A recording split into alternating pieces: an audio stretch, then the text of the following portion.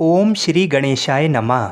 जय श्री राधा कृष्ण। जय माता की मित्रों, आप सभी को गुप्त नवरात्रि की हार्दिक शुभकामनाएं। मित्रों, आज गुप्त नवरात्रि का 7वां दिन है और आषाढ़ मास के गुप्त नवरात्रि भक्तों की सभी मनोकामनाओं को पूर्ण करते हैं।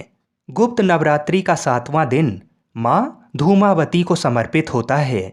माता सती की 10 महाविद्याओं में माँ धूमावती सप्तम महाविद्या हैं।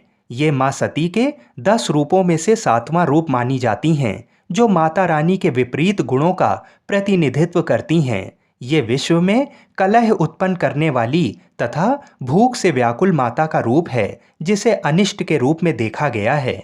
आप भी माँ धूमावती माता के रहस्य को जानना चाहते होंगे, इसलिए आज हम आपको धूमावती माता का इतिहास, कथा, महत्व विस्तार से बताएंगे। तो आइए माँ के चरणों का ध्यान करते हुए इस पावन कथा को सुनते हैं। धूमावती का अर्थ होता है जिसका जन्म धुएं से हुआ हो। माता रानी का ये रूप धुएं के समान होता है, इसलिए उन्हें भगवान शिव के द्वारा धूमावती नाम दिया गया। माँ धूमावती का रूप अत्यंत दरिद्र, शुष्क, दया योग्य वाला है। देवी धूमावती को एक विधवा बूढ़ी स्त्री के रूप में दिखाया गया है, जिसमें उनके शरीर के अंगों पर जगह जगह झुर्रियां पड़ चुकी हैं तथा वह कांप भी रहा है।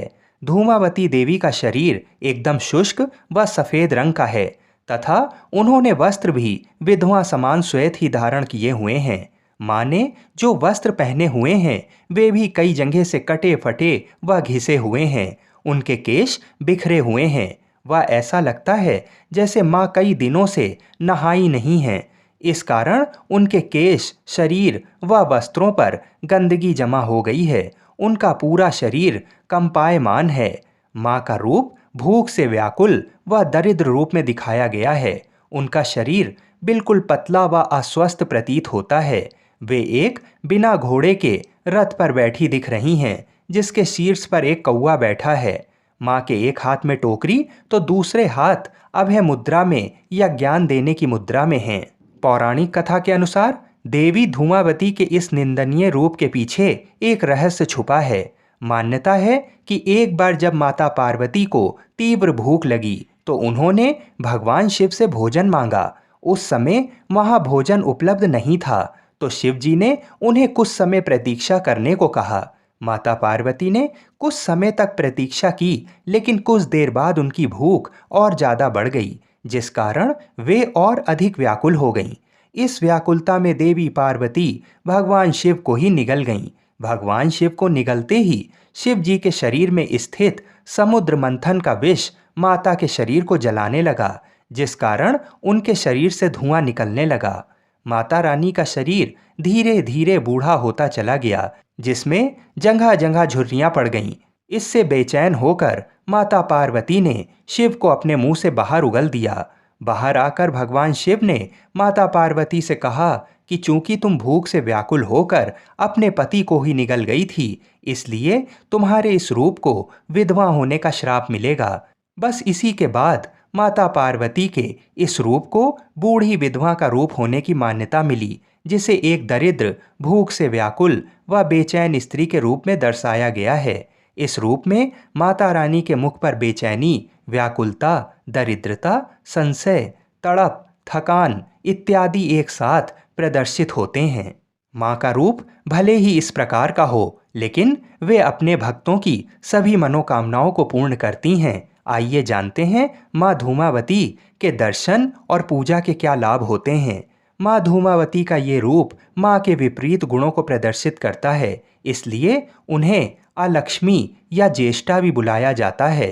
देवी धूमावती एक तरह से माँ देवी के नकारात्मक रूप का साक्षात प्रदर्शन है, किंतु अपने इस रूप से माँ अपने भक्तों के कई संकटों को दूर करती हैं।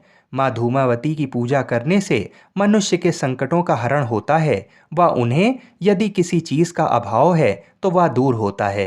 देवी धूमावती अपने भक्तों की हर प्रकार की कमी व भूख को शांत करती हैं तथा उन्हें अभय होने का आशीर्वाद प्रदान करती हैं। प्रथम वेद ऋग्वेद में माँ सती के धूमावती रूप को सुतरा कहा गया है। माँ धूमावती के कुछ अन्य नाम ज्येष्ठा, अलक्ष्मी व निरति हैं। सुहागिन स्त्रियों के द्वारा माँ धूमावती की पूजा नहीं की जाती। माँ को किसी भी प्रकार की रंगीन वस्तु नहीं चढ़ाई जाती है। माँ को केवल नमकीन चीज़ों का भोग लगता है। देवी धूमावती का शक्तिपीठ मध्य प्रदेश राज्य के दतिया जिले में पीताम्बर पीठ है। धूमावती माँ से संबंधित रुद्र अवतार धूमेश्वर महादेव हैं। माँ धूमावती श्री कुल की 7 देवियों में आती हैं। एक अन्य कथा के अनुसार माँ धूमावती का ये रूप राजा दक्ष द्वारा आयोजित यज्ञ में माँ सती के आत्मदाह करने के पश्चात उसके धुएं से प्रकट हुआ था। हम ऐसी मंगल कामना करते हैं माँ धूमावती हम सभी के कष्टों को दूर करें और अपनी कृपा हम पर और हमारे परिवार पर सदा सर्वदा बनाए रखें। बोलिए धूमावती माता की जय। बोलिए श्री शंकर पार्वती भगवान की जय। जय श्री राधे कृष्ण। हर हर महादेव।